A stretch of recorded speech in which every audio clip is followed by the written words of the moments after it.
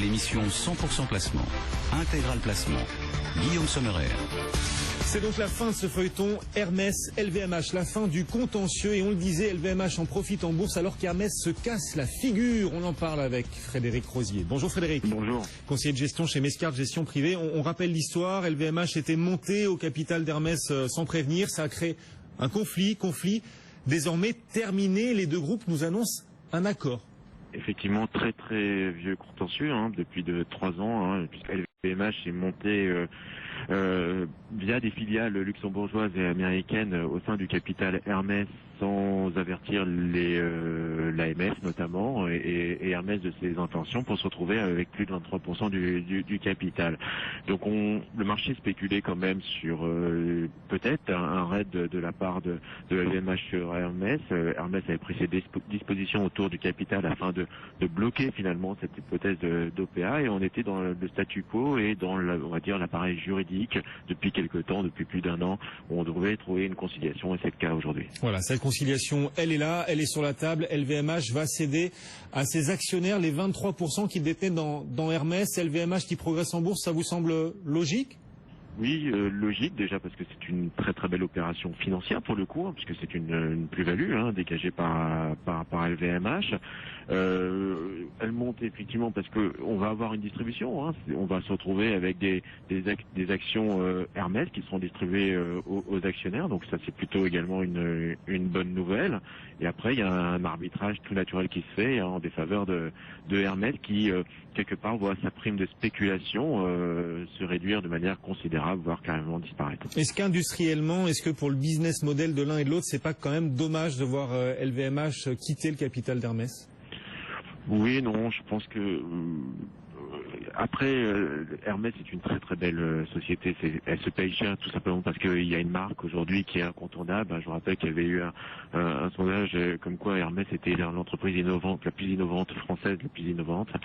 Donc c'est une marque qui s'impose aujourd'hui dans le monde émergent. Donc c'était vraiment une stratégie aussi de LVMH de monter en gamme.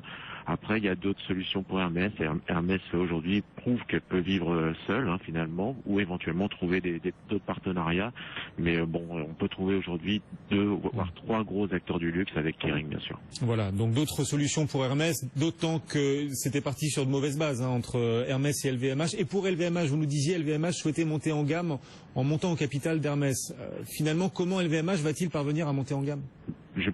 Je pense qu'on peut avoir des acquisitions dans les prochains mois suite à cette session. De toute façon, le problème de liquidité, c'est pas un vrai problème pour LVMH. Aujourd'hui, elle a une capacité financière à faire des acquisitions. Donc, on peut imaginer une montée en gamme et des acquisitions. Donc, il va falloir regarder un peu les acteurs à droite et à gauche, voir quelle capacité aujourd'hui LVMH a de faire des acquisitions stratégiques. En bourse, quand vous voyez LVMH progresser aujourd'hui, signer une des plus fortes hausses du CAC 40, vous avez envie de participer au mouvement au cours actuel, vu la valorisation du titre, vous vous dites c'est le moment en effet d'acheter LVMH ? On a un effet non négligeable, c'est l'effet euro-dollar, vous en parliez tout à l'heure. C'est des sociétés quand même qui sont favorisées par l'évolution du change. Donc est-ce qu'il faut oui ou non rentrer sur LVMH ? LVMH avait quand même considérablement corrigé depuis quasiment 1 an. On arrive sur des niveaux qui sont à peu près dans les niveaux historiques en termes de multiples, à contrario de Hermès qui pour le coup est assez cher par rapport à ses pairs.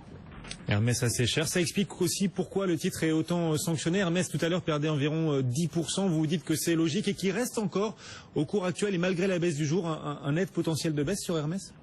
On verra d'un point de vue technique. Après, c'est vrai le secteur se paye à peu près 17 fois. C'est un secteur qui se paye relativement cher par rapport au CAC 40 notamment. Si on prend ça comme exemple, il y a toujours une prime d'une vingtaine de pourcents. Hermès, elle est vraiment la plus chère du secteur. Mais il y a le côté prime à la qualité, premium, qui est relativement importante. Est-ce que ça justifie de se payer plus de 30 fois ? Peut-être pas. Donc on pourrait effectivement considérer que c'est un mouvement de correction qui est justifié pour aller chercher des cours légèrement plus bas. Alors vous nous disiez, ça dépend aussi de l'analyse technique, le potentiel de baisse d'Hermès. Il faut le voir aussi sous l'angle technique. Justement, on va poser la même question à Jean-Louis Cussac, qui est resté avec nous depuis Perceval Finance. Merci Jean-Louis d'être encore avec nous. Hermès recule de 6% à 246,85 €. Est-ce que pour vous, le potentiel reste important, potentiel de baisse ? Non. Alors là, c'était l'exception qui confirme la règle, qui consiste à dire que quand une valeur perd 10%, il ne faut pas acheter. Ce qui a fait baisser Hermès, ce n'est pas des résultats, ce ne sont pas des résultats mauvais, ou des profit warnings, ou des choses comme ça. C'est vraiment un phénomène technique. Et là, c'est facile à dire après, vous me direz, mais bon, ça a été très très vite. Hein. Mais sur le niveau de 200, on va dire 234, on a pile poil presque une épaule tête épaule inversée. C'est un niveau d'achat sur lequel, évidemment, il fallait tenter quelque chose. Alors après, garder ou pas, c'est autre chose, mais c'est vrai que la valeur va, dans les mois qui viennent, faire l'objet de nombreuses... peut-être quand il y aura des attributions d'actions, peut-être que certains voudront vendre, etc. Donc il va y avoir des choses, peut-être que la valeur sera coiffée, mais la trader dans la zone peut-être 230, 270, pour moi, ce serait possible, notamment si le CAC 40 se tient correctement. On pourrait, pourquoi pas, remonter encore sur Hermès.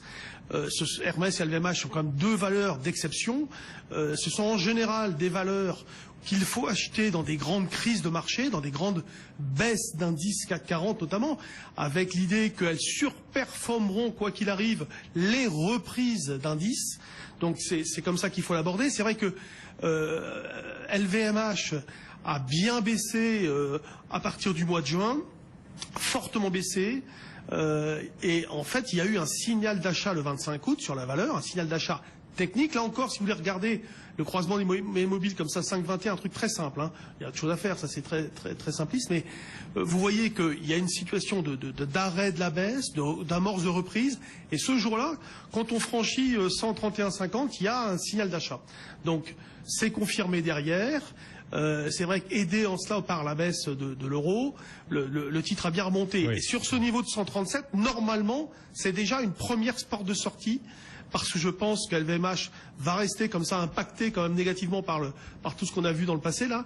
Et bon, si vraiment le marché monte, on peut aller chercher 142, mais là déjà à 137, voilà, on a une épaule, par contre, épaule tête épaule normale, et c'est l'objectif de hausse du mois de février dernier. D'accord, donc on peut alléger un petit peu LVMH, et sur Hermès, vous nous disiez, ça reste un titre très intéressant. Merci beaucoup Jean-Louis Cussac en direct avec nous depuis Perceval Finance. Merci aussi à vous, bien sûr, Frédéric Rosier, depuis Mescart Gestion Privée.